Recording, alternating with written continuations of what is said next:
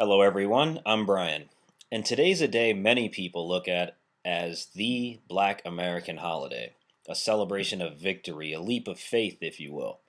What I cannot and will not understand is why our collective American psyches look at Martin Luther King Jr. as some sort of god, as some sort of hero.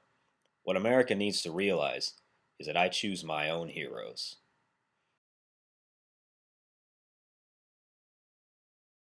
Today marks the birthday of a man who a little over 40 years ago was assassinated. Martin Luther King Jr. did a lot of good deeds for many people in the 1960s, but there seems to be this perception he's the only person who gave his blood, sweat, and tears to bring about change in the openly terrorist harboring country the United States once was, and to a certain degree still is.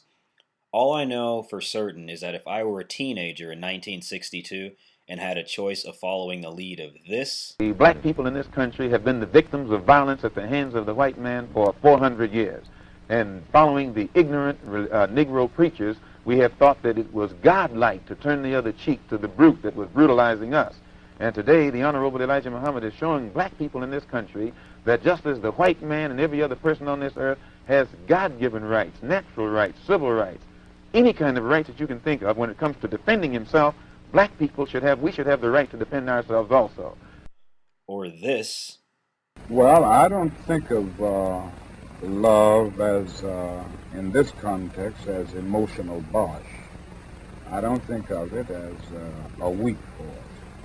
But I think of love as something strong and that organizes itself into powerful direct action. I don't think there is any question which I'd back. I've never understood why Martin Luther King Jr. gets this assumed hero tag across the country when his philosophies reinforce weakness, passivity, and acquiescence. King's ideas can be summed up like this: let these terrorists assault, murder, and rape you, but never fight back. Let them release rabid dogs on you. Let them arrest and incarcerate you for no reason. Let them burn your house down. And in retaliation, pray to God, love them, respect them. Someday they'll like us eventually. That there's a great deal of difference between non-resistance to evil and non-violent resistance. Non-resistance leaves you in a state of stagnant passivity and deadened complacency. Okay. Sadly, it is this mentality which has plagued the Nubian American race. Since King has been anointed a hero by Euro American media, and thus a forced hero to blacks. Nubian Americans, or blacks, because of MLK, now have this seemingly irreversible collective weakness, passivity, and mind control which has no foreseeable conclusion. Why do we think we, as a race, destroying our own property in retaliation for yet another terrorist murder, assault, or incarceration in this country helps anything? What's the point after the Rodney King attack and more recently the Oscar Grant murder by radicals of destroying our own property? Oh, yeah, we showed them, didn't we? This house I just made my last payment on, let's throw bricks through the windows and loot all the businesses outside owned by our relatives. MLK has programmed the Nubian American race into stupidity. Instead of us retaliating against the enemy, he has programmed us to simply make things worse for ourselves. Leave the enemy alone, love them, and instead march up and down the street singing "We Shall Overcome," all to the delight of the Trent Lotts, Pat Buchanans, and other Confederate cronies of the world. Martin Luther King's philosophy is simple: Euro American terrorists are sacred gods. We just want to be part of their little exclusive club.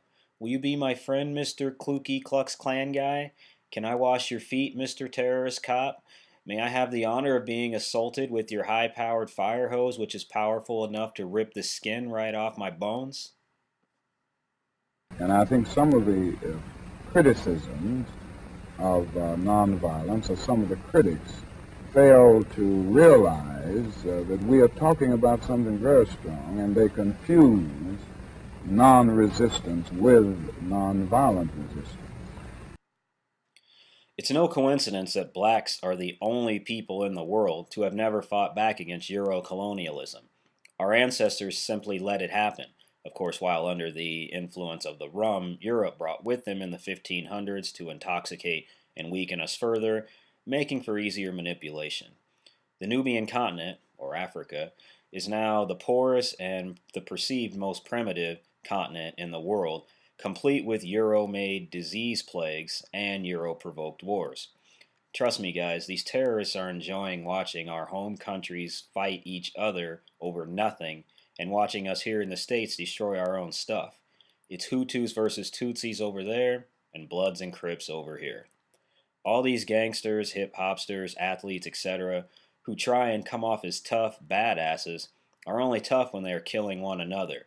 You're only brave, strong, and smart enough, if you will, to attack one another. You wouldn't dare actually mount a counterattack on the true enemy because of not only fear, but more importantly, mind control. Why go kill another Blood or Crip when a terrorist in a badge just murdered your best friend and got away with it? This Martin Luther King guy is the root of all these problems. George Bush didn't go marching down the streets of downtown New York after the Twin Towers were blown up singing "We Shall Overcome." He sent armed forces into other countries to kill the people causing us harm. President Truman dropped a couple of atomic bombs in Japan after they killed several Americans in Pearl Harbor. The Euro-American mentality is kill those who want you dead before they kill you. The black philosophy, because of MLK, is, oh, it's okay, you just beat the crap out of me to the point I'm paraplegic. It's okay to arrest and incarcerate me for no reason. White man pays Reverend Martin Luther King, subsidizes Reverend Martin Luther King, so that Reverend Martin Luther King can continue to teach the Negroes to be defenseless. That's what you mean by nonviolent. Be defenseless. Be defenseless in the face of one of the most cruel beasts that has ever taken the people into captivity. That's this.